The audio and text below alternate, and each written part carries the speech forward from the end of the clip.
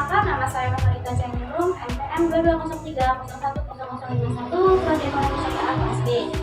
Baik, di video kali ini saya buat untuk memenuhi tugas akhir mata kuliah pendidikan cerdas dan korupsi.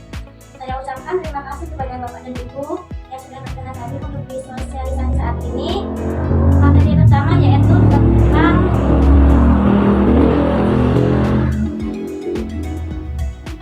kaya raya Indonesia.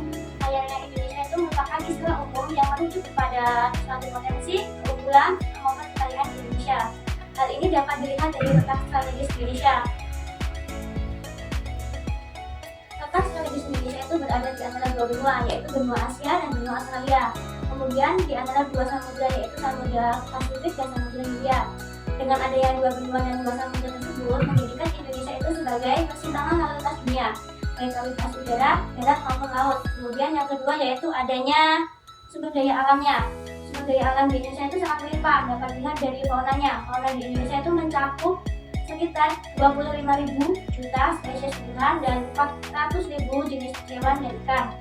Kemudian untuk florannya yaitu mencakup sekitar 20.000 jenis tumbuhan dan 40%-nya itu merupakan jenis tumbuhan asli atau endemik Indonesia. Kemudian dengan adanya tumbuhan dan fauna di Indonesia itu dapat menjadi daya tarik bagi wisatawan mancanegara untuk datang ke Indonesia. Contohnya itu dengan adanya komodo, bunga bangkai, dan bunga endemis.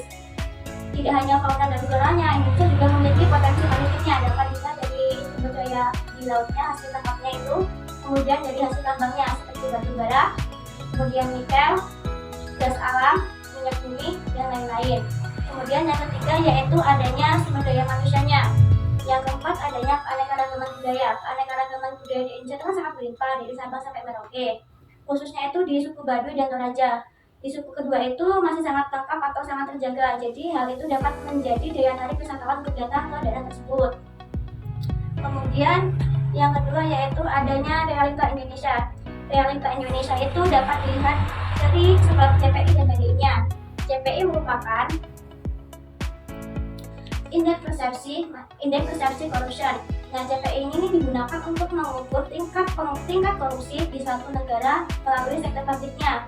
Kemudian kalau HDI itu indeks pembangunan manusia. Nah, HDI ini dirilis oleh United Nations Development Programme atau UNDP. Nah, HDI ini digunakan untuk mengukur kualitas pembangunan manusia.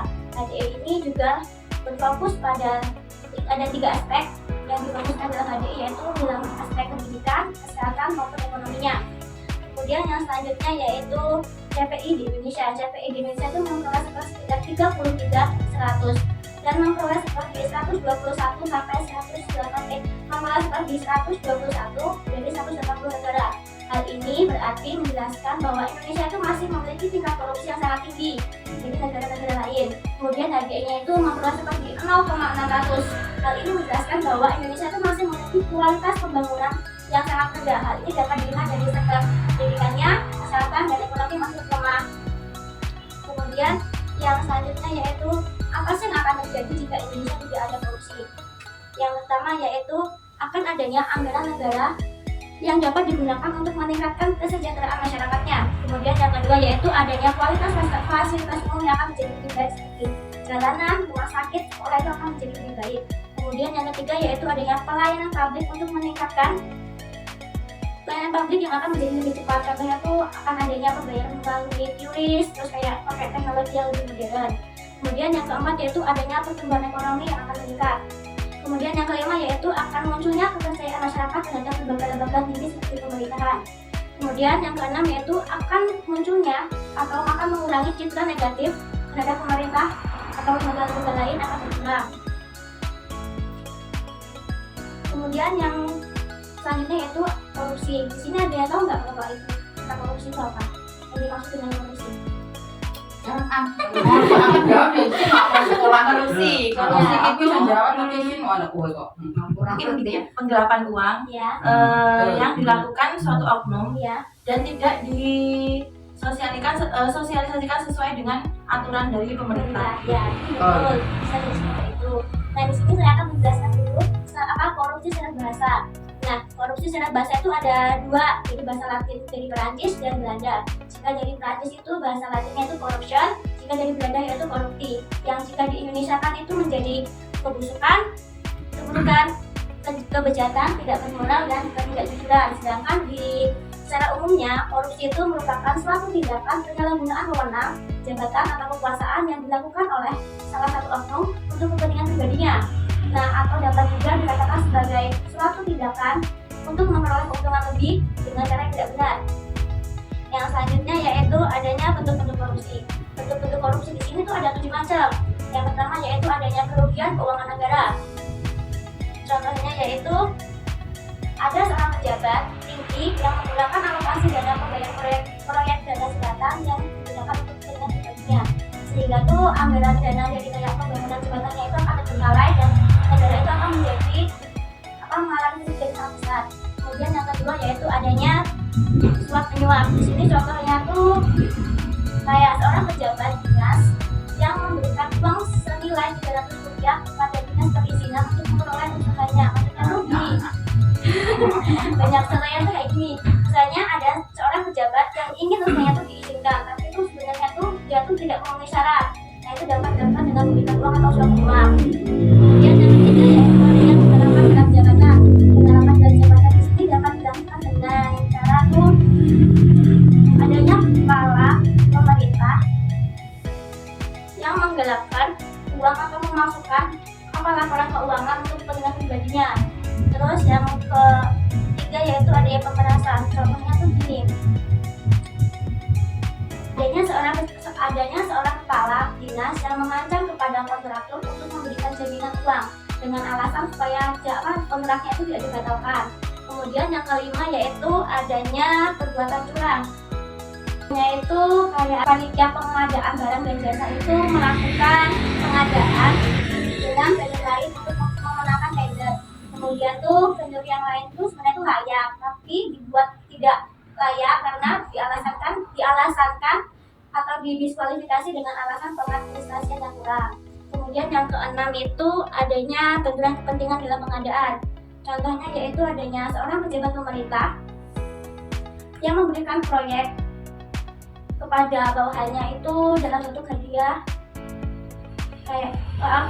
dalam bentuk hadiah dengan alasan untuk saudaranya tanpa melalui transparansi yang jelas. Kemudian yang ketujuh yaitu adanya gratifikasi.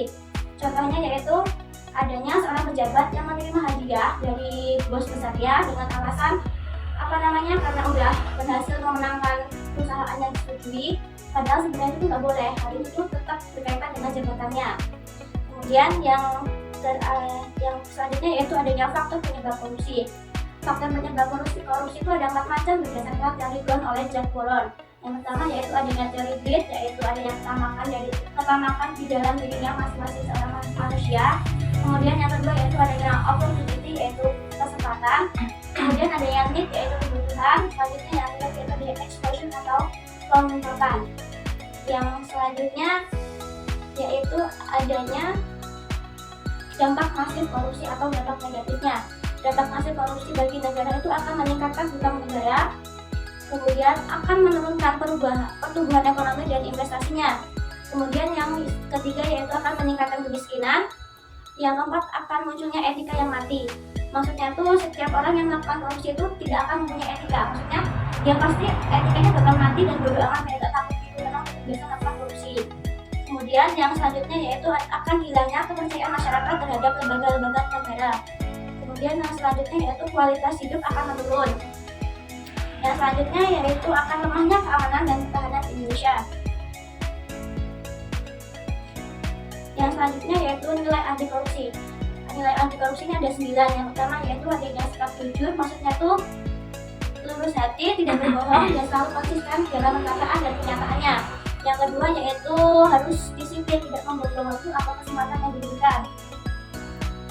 Yang ketiga yaitu adanya tanggung jawab, maksudnya tuh jika kita diberikan pekerjaan atau sesuatu yang kita emang berikan dari atasan itu kita kerjakan sesuai amanah dan tanggung jawab. Gak boleh kayak habis dikasih pekerjaan itu tuh dia menghilang, kayak gitu gak boleh, harus tanggung jawab. Terus yang selanjutnya yaitu harus adil, maksudnya tidak meminta sisi kanan maupun sisi kiri. Terus yang selanjutnya yaitu harus berani.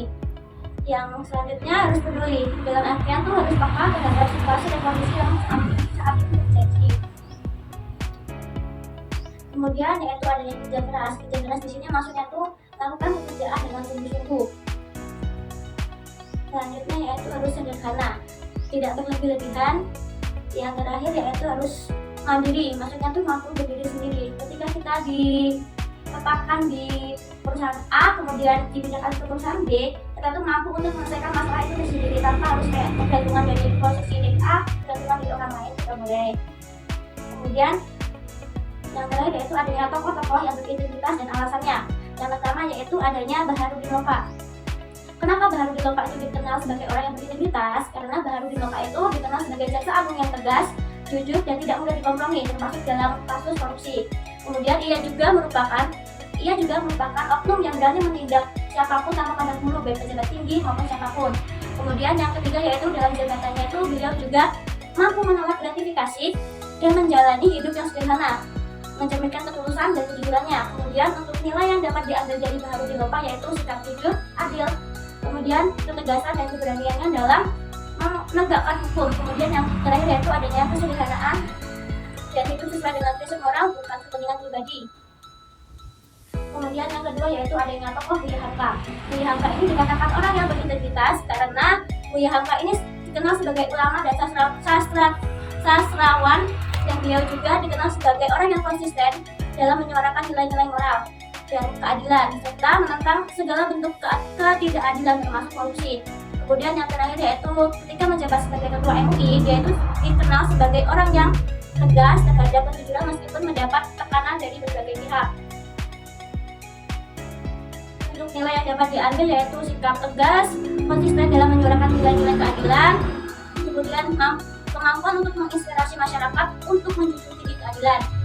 Kemudian yang ketiga yaitu adanya Bung Hatta. Bung Hatta dikatakan sebagai tokoh yang berintegritas karena beliau ini juga merupakan bapak proklamator Indonesia.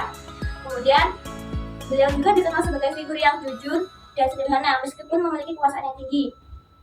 Kemudian Bung Hatta juga dikatakan orang berintegritas karena ia selalu menolak untuk penyalahgunaan kekuasaan dan menekankan pentingnya pemerintahan yang bersih. Kemudian yang ketiga yaitu tidak pernah memanfaatkan jabatan demi kepentingan pribadinya.